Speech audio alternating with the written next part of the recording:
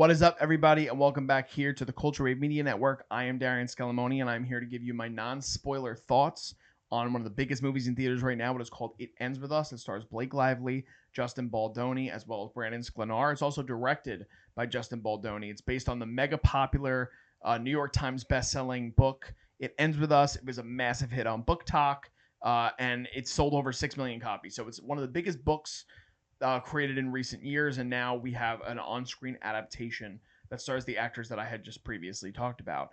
Now, I'm somebody that has not read the book, so I'm not privy to all the information that came from the book. My girlfriend Trish is a massive fan of the book. She's on her third read of it, leading into the movie that she hasn't had a chance to see yet. So I'm giving this perspective solely as somebody who saw the movie and is a little bit aware of what this film tries to tell in terms of the adaptation. But basically, without giving away spoilers, as I said, this is a non-spoiler review. The film follows a woman named Lily Bloom that's played by Blake Lively, and it's not necessarily a love triangle sort of situation, but she's dealing with her current love as well as a past love as well. Her current love is her husband named Ryle. Her past love is someone that she was in love with when she was in high school named Atlas, and these worlds come crashing into one another in some which way.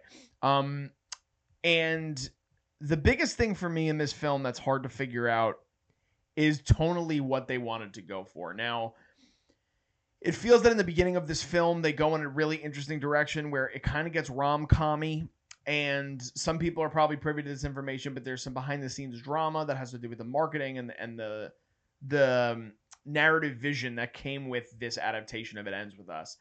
And that may be part of the reason why this movie ended up how it did.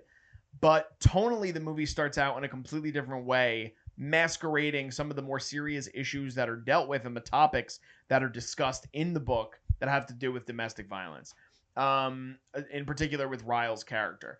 Now, it's a complicated watch because of that, because there are moments in which that does come across in a really raw way, and it could be triggering for other viewers and things like that. And the acting across the board is pretty well done. I think that Blake Lively does a great job leading this film as Lily Bloom. I really love Brandon Sklenar and sort of the look and the acting ability that he has. I saw him previously in 1923 on Paramount Plus, one of the Yellowstone spinoffs. So I really like the talent on the board there. Justin Baldoni, I was not familiar with, and he's directed other things. He starred in other things. I believe he was on a CW series, might have been Jane the Virgin.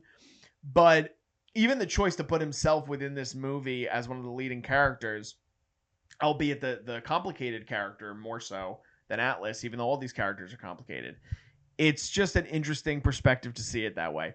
And all in all, I think like I said, I keep using the word, but complicated is how I could describe this viewing experience for myself, having not read the book, because it just feels like they skirt around the issues that exist with Ryle's character, and they try to make him a little too empathetic throughout the film when, based on what I've heard about the book, it's not that cut and dry, you know?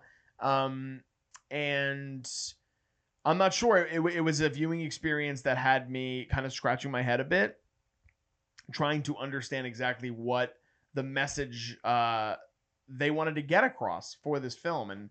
And based on what the behind-the-scenes drama may be with Baldoni and Lively, it's unclear which vision kind of won out, so to speak, of Colleen Hoover's esteemed novel. I mean, obviously the book is such a cultural touchstone that they were going to do something with this novel, and it's impossible to make a feature-length film that's under 3.5 hours. It's going to cover a major read like this. So they obviously had certain things they had to cut out and they had to skirt around. But I don't know. It was a complicated watch. Like I said, it wasn't a film that I overly loved. There were elements that I enjoyed, especially the acting of Blake Lively and Sklenar.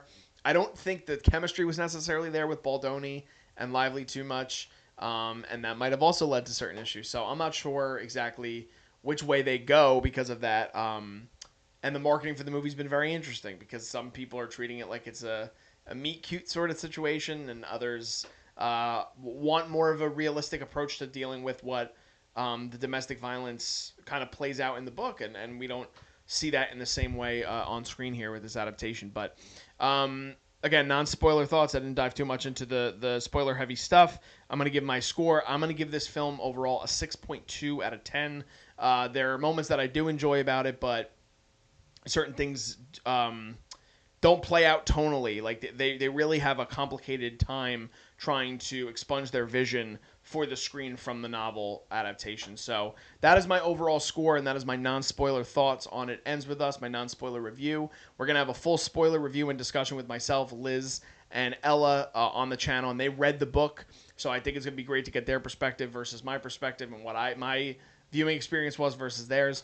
So look forward to that. We also cover a bunch of other stuff on the channel, movies and TV related. So if you guys can, give this video a like. Let me know in the comments if you guys read the book or you just saw the movie like me and you're not privy to all the information in the book. What were your thoughts on the movie overall? Certain things that you thought they did a good job adapting versus didn't. And if you guys can subscribe to us via the Culture Wave Media Network, we're all over social media. You guys can follow us on Instagram, on TikTok, Facebook, Threads, a bunch of other places. We got a lot of stuff to cover for you guys. So thank you guys for following along. And just till next time, I'm Darian Scalamoni. This is The Culture.